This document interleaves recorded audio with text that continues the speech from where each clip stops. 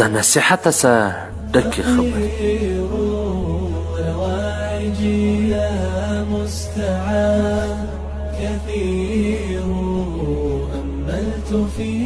محترمو عزتمنو، نن سبا د دنیا لسم سړی د پریشانی سره مخامخ، ځکه چې زموږ سره 10 کسان پوښتنې کوي، نو په دې کې لسم سړی هغه وي چې مولوي صاحب زه پریشان یم، ژوند مې د غمونو سره ډک دی، پورونه را باندې دي، قرضدار یم، کاروبار ټپ ولاړ دی، ته یو دعا راوښیه، په کور کې مې خیر او برکت نسته. محترمو عزتمنو، زه خو به یو دعا در وښیم کوم چې زموږ محبوب پیغمبر صلی الله علیه وسلم خپلو صحابو ته ورښولې ده. د هغه څه مخکې عزتمنو دا څو خبرې تاسې ښه په غور سره واورئ چې د دعا څه مخکې هم ته په خپل ژوند کې څه بدلون راوله. ځکه نبي کریم صلی الله علیه وسلم یو صحابي ته دعا وکړله، هغه صحابي ته بیا دا وفرمایله چې زما د دعا مدد د سجدې په ډیروالي سره کوه، یعنې لمنځونه نفلونه ډیر کوه چې دا ستا اعمال زما د دعا مددګاره جوړ سي. نو په خپل ژوند کې به بدلون راولي. مولانا سید احمد خان صاحب ته یو سړی رالی چې حضرت ته زموږ په کور کې میلمه سه، هغه ډېر مصروفه سړی و، هغه ورته چې ته ما څه کوې، بار بار به دا سړی ورته چې ته زموږ سره میلمه سه. آخر کار یې ورته ویله چې ستا په راتګ سره به زموږ په کور کې برکت راځي. مولانا سید احمد خان صاحب رحمه الله ورته وفرمایله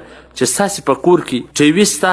هغه ویل بالکل. MP3 سته؟ وسته. کیبل سته؟ وسته. فلمونه او ډرامې او ټیویان لګېږي؟ بالکل لګېږي. د قرآن مجید تلاوت کېږي؟ کله کله. لمونځ د سهار په پابندي کېږي؟ کمزوري ده. مولانا سید احمد خان صاحب ورته وفرمایله چې د ټولې دنیا بزرګان ستا کور ته راولې، لا به هم ستا په کور کې برکت رانسي. ځکه کم چې برکت والا شیان دي هغه تا ایستلی دي، دا بې برکته شیان دي راوستلی دي. قرآن دي ایستلی دی، لمونځ دي ایستلی دی، TV او MP3 او فلم دي راوړي، او ته وایې چې علما راسي په کور کې به برکت راسي. نو باید په خپل اعمال کې لږ بدلون راولي.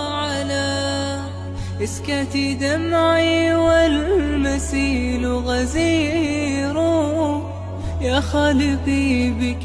راځو د دعا طرف ته. حضرت ابو امامه رضی الله تعالی عنہ د یو صحابي په مسجد کې ناس، نبی کریم صلی الله علیه وسلم ولیدي، ورته وی فرمایي چې ای ابو امامه، اوس خو د لمانځه وخت هم نه دی، ته څه کوې دلته ناست یې؟ حضرت ابو امامه رضی الله تعالی عنہ ورته وفرمایله چې یا رسول الله صلی الله علیه وسلم، غمونه دي، پریشانی دي، پورونو قرضو راګیر کړی یم. نبی علیه الصلاة والسلام ورته وفرمایي چې ای زه داسې کلمات داسې دعا درته ونه ښیم چې کله ته هغه وایې الله به دې له غمونو قرضونو څخه خلاص. حضرت ابو امامه رضی الله تعالی ورته وفرمایله چې ای د الله رسوله صلی الله علیه وسلم ولې نه، ضرور یې راوښیه. نو نبی علیه الصلاة والسلام ورته وفرمایله چې سهار و ماښام 3 ځله دا کلمات وایه، دا دعا وایه: اللهم انی اعوذ بک من الهم والحزن واعوذ بک من العجز والکسل واعوذ بک من الجبن والبخل واعوذ بک من غلبة الدین وقهر الرجال. ترغیب و ترهیب جلد نمبر 2 صفحه نمبر 55. عزتمنو، دا دومره جامع او معنی دعا ده چې په دې کې ټول د هغه شانو څخه پناه غوښتل رااله، کوم څه چې ته پریشان یې، که غمونه دي، که پورونه دي، که قرضونه دي، که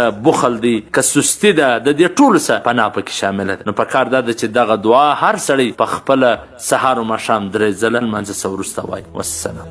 د مولوي عبدالرحمن صمیم صاحب د نشراتو څخه منتخبي ویناوي. أملت فيك الخير ينقذ خافقي ورفعت كفي بالدعاء يسير